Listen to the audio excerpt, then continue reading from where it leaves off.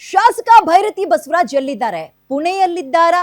ಶಾಸಕ ಭೈರತಿ ಬಸವರಾಜ್ ಜಾರ್ಡನ್ನ ಪತ್ತೆ ಹಚ್ಚಿದೆ ಖಾಕಿ. ಗ್ಯಾರಂಟಿ ನ್ಯೂಸ್ಗೆ ಸಿಐಡಿ ಉನ್ನತ ಮೂಲಗಳಿಂದ ಡೀಟೇಲ್ ಸಿಗ್ತಾ ಇದೆ.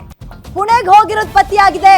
ಸಿಐಡಿ ಆಫೀಸರ್ಸ್ಗಳು ಸರ್ಚಿಂಗ್ ಅಲ್ಲಿ ಇದ್ರು. ಸೊ ಪುಣೆಯಲ್ಲಿ ಇರೋದು ಗೊತ್ತಾಗಿದೆ ಅವ್ರಿಗೆ.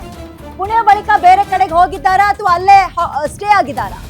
ಪುಣೆಯಲ್ಲಿ ಹುಡುಕಾಟವನ್ನ ಸಿಐಡಿ ಅಧಿಕಾರಿಗಳು ನಡೆಸ್ತಾ ಇದ್ದಾರೆ. ಪುಣೆಗೆ ಎಂಟ್ರಿ ಆಗುವ ಕೆಲ ಟೋಲ್ಗಳಲ್ಲಿ ಸಿಐಡಿ ಆಫೀಸರ್ಸ್ಗಳು ಬೀಡು ಬಿಟ್ಟಿದ್ದಾರೆ. ಎಲ್ಲಾ ಟೋಲ್ಗಳ ಸಿಸಿಟಿವಿ ದೃಶ್ಯಗಳನ್ನ ಪರಿಶೀಲನೆ ಕೂಡ ಮಾಡ್ತಾ ಇದ್ದಾರೆ. ಕಾರಣ ಅವರ ನಿರೀಕ್ಷಣಾ ಜಾಮೀನು ವಜಾ ಆಗಿದೆ, ಸಿಕ್ಕಿಲ್ಲ, ತಿರಸ್ಕಾರ ಆಗಿದೆ.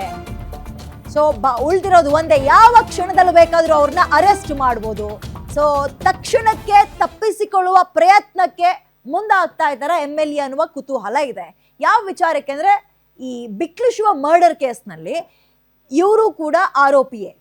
ಅದರಲ್ಲೂ ಈ ಆಫೀಸರ್ಸ್ಗಳು, ಸಿಐಡಿ ಆಫೀಸರ್ಸ್ಗಳು ಈಗ ಪ್ರಯಾಗ್ರಾಜ್ಗೆ ಕುಂಭಮೇಳಕ್ಕೆ ಹೋಗಿದ್ರಲ್ಲ, ಅವಾಗಿನ ಫ್ಲೈಟ್ ಟಿಕೆಟ್ನೆಲ್ಲ ಹೊಂದಾಣಿಕೆ ಮಾಡ್ತಾ ಇದ್ದಾರೆ. ಈತನಿಗೂ ಅಂದ್ರೆ ಈಗ ಯಾರು ಭೈರತಿ ಬಸವರಾಜ್ ಅವ್ರಿಗೂ ಮತ್ತು A1 ಆರೋಪಿ ಇದನ್ನಲ್ಲ ಜಗದೀಶ್, ಅವರಿಬ್ಬರಿಗೂ ಲಿಂಕ್ ಯಾವ ಪ್ರಮಾಣದಲ್ಲಿದೆ ಅನ್ನುವ ಫ್ಲೈಟ್ ಟಿಕೆಟ್ ಇಂದ ಆರಂಭ ಮಾಡ್ತಾ ಇದ್ದಾರೆ ಕೆದಕೋ ಕೆಲಸವನ್ನ.